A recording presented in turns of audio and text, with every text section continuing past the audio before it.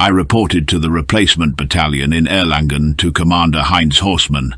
I was wounded at his side on Foxtail Island. He had a stiff arm. We knew each other well and were very happy to see each other again. He was like a military father to me. I learned a lot from him. Of course, we started with a drink. We discussed where he could use me. In my condition, I was no longer able to fight properly. Heinz had an idea. I should set up a local command center in the town with a few soldiers to assign the stranded soldiers to their units and pass on information. I waited at the entrance until the company marched into the barracks and chose 10 soldiers to accompany me. They were soldiers I knew had been in the war for a long time. I wanted them to survive. If you were in charge of a local command center, your chances of survival were better than at the front. We opened the local command center in a closed bar. Across the road was a butcher who often brought us food. There were even a few bottles of wine in the cellar. We had a good time. After a few days, American artillery shells started hitting our local command center. That was not good. We wanted to survive the war, not be blown up by a grenade in the last days of the war.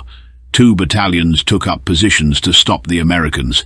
But there were no more intense battles. We let the Americans pile up and withdrew in a controlled manner. There were Waffen SS units who also fought the Americans to the last man, but Heinz Horstmann was not that stupid. He said, "Every meter that the Americans have taken, the Russians will not be able to take." There were rumors at the time that the Americans were allied with Germany to drive the Russians out of Europe, but these remained rumors. We had to decide whether to go to the Americans in Erlangen or to escape. Nobody wanted to be taken prisoner. We organized 2 cars and a motorcycle. We accompanied the battalion, which was retreating as food ran out, to a Wehrmacht camp where we were met by a damned official who administered the military camp. The idiot wouldn't give us any food. He had orders to hand the camp over to the Americans. I stuck my machine gun in his face and asked again. Then he kindly let us in. Then we cleared the whole camp and distributed everything that didn't fit in our trucks among the people. Near Duisburg, the battalion was surrounded by the Americans and taken prisoner. But my 10 men and I did not want to be taken prisoner. At night, we found an unguarded place in the woods and managed to escape from the Americans unnoticed with the 2 cars and the motorbike. At that point, it was clear to us that the war was lost. When we arrived in Duisburg, a Wehrmacht captain stopped us and ordered us to fight under his command against the Americans. I was wearing a coat, and my decorations were hidden under the coat.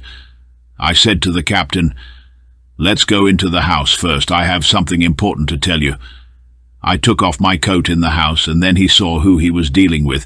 There wasn't a single medal on his chest. The captain wanted to play the hero one more time before the end of the war, but not with me. I said to him, "Captain, I cannot carry out your order. I am on a secret mission. I am directly subordinate to the Reichshauptquartier." I gave him a number that I had made up and told him that he had to call this number, where he would receive confirmation of the order from the highest authority. Of course, I knew that the telephone connection was 90% non-functional, and so it was this time too. He couldn't establish a connection and had to let me and my men go. We drove on until the petrol ran out. There was another Luftwaffe airfield near Landsberg. We went there to get petrol. At that point, the pilots had all blown up their Messerschmitt 269s. The pilots waited in the barracks for the Americans to take them prisoner. I asked the pilots if they had any petrol for me. They said, "Of course."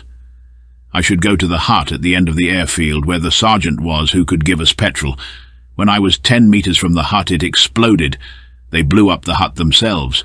Fortunately, nothing happened to me. We still found petrol and were able to continue. We had to hurry so that the Americans wouldn't catch us. They were advancing fast. We went on to Bad Tölz, where I had completed my officer training. Obersturmbannführer Dietscher was there. I knew him, so we reported to Dietscher. He said, "It's good that you're here. We're going into the area in places and fighting as werewolves." At least the order was werewolf. I respectfully told him that I was a soldier and not a werewolf. Then we drove on. He let us pass without any problems. We drove to Tyrol, where we stayed for a day with the parents of the cook who nursed me back to health after I was wounded. Because the Americans were already controlling the main roads, we could no longer use them. We made it to the Schinde, a mountain in Austria. There we had to leave the vehicles. We packed everything we had into backpacks and climbed the mountain, which was not easy because of my wounded foot and knee. At an altitude of 300 meters there were 3 mountain huts, and to our surprise, some Air Force soldiers were there. They still had a radio with them. When we arrived with our backpacks, everyone gathered around the radio. It was the 8th of May, 1945. Germany had surrendered. The war was over. But that didn't surprise us. The Air Force unit was well equipped. They still had official papers and a typewriter. I asked the sergeant to give my men Air Force discharge papers. He did. I didn't want any. As our last military pay, we divided our money and I said goodbye to my men. But 2 men wanted to stay with me, so we walked further up the mountain. Further up, there was a hut where an elderly farmer's wife was working. We exchanged some of our tinned food for fresh bread and cheese. Then we climbed even higher to a small, lonely hut.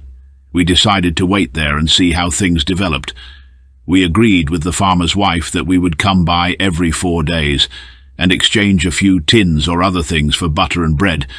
We picked peppermint for tea and shot a mountain goat. It wasn't a bad life, but after a while we decided to move on and went to see the farmer's wife one last time. As always, we looked at the hut with binoculars before approaching, but there was nothing to see. As we stood in front of the hut, we heard a voice from the bushes.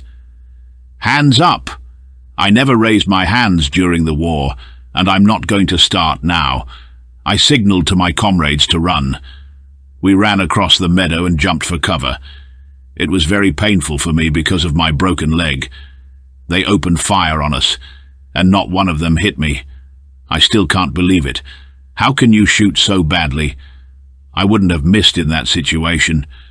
You won't believe it, but when we were about 500 meters up the mountain, they started shooting again. The bullets were hitting within a 100-meter radius. They were just shooting without aiming properly. Suddenly there was a shot, and I got one in my leg. I couldn't believe it. The same leg again. Luckily, it went right through the muscle. I dragged myself back to the hut. We were out of bandages, so I used whatever I could find to bandage my leg. Of course, we were keeping an eye on our surroundings, and suddenly a single man came towards the hut. As he approached, we saw that his left arm had been amputated. The sleeve of his jacket was sewn up. When he entered the hut, he saw that we were armed, and he saw our uniforms. He asked where we had served. I told him Westland. It's incredible, but he was a tank commander in the 5th Panzer Regiment in the battle where I was so badly wounded. That's where he lost his arm. From then on, we were best friends. The hut we were in belonged to him. The men downstairs were men from the village who wanted to hand us over to the Americans. He told us he had a big farm nearby. The Americans patrolled the roads, but the American guard would stay with him overnight, so nothing could happen to us if we came to him at night. With my bad leg, it was a nightmare to walk the distance, but we made it. At night, he took us to his barn and we made ourselves comfortable. At 4 o'clock in the morning, we set off again. We climbed Vorarlberg with a bad leg and 50 kilos on our backs. We often had to take a break. Up there was an inn called Freihaus. We didn't know if the Americans were there, so we waited in a ditch and watched the inn. Then an elderly woman came along and asked who we were. We explained our situation. She said that her husband had also been in the Waffen SS and was now in prison. She owned the inn and took us in, where we stayed the night and got something to eat. A few days later, she happened to be in the area where my parents lived. She was kind enough to visit my parents and tell them that I was fine. When she came back 3 days later, she had a big bag with her. My parents had given her clothes for me. Now we looked like civilians again. But she confirmed my fear that all Waffen SS soldiers were wanted and would be arrested, so I couldn't go home. But the good lady had a better idea. Near Munich in Entelhausen, there is a Catholic vicarage with many employees. There was a senior engineer there, from Werner von Braun's department, who had worked with him on rocket propulsion. The Americans were looking for him. I could also hide there until things had calmed down. 2 days later, the woman arrived with a car, which I was allowed to drive to Munich. I don't know where she got a car in such a short time. I gratefully accepted it and set off. One comrade wanted to stay at the hut, and another tried his luck in the next town because they had the Luftwaffe documents. During the 4 years of the war, I received the following awards: Iron Cross Second Class, Iron Cross First Class, Medal for the Winter Battle in the East 1941, Wound Badge in Gold, German Cross in Gold, Infantry Assault Badge, Silver Close Combat Badge. The Gold Close Combat Badge was awarded for 50 close combat. I had well over 50 close combat, but I didn't always have them entered in my paybook. At some point I just didn't care anymore.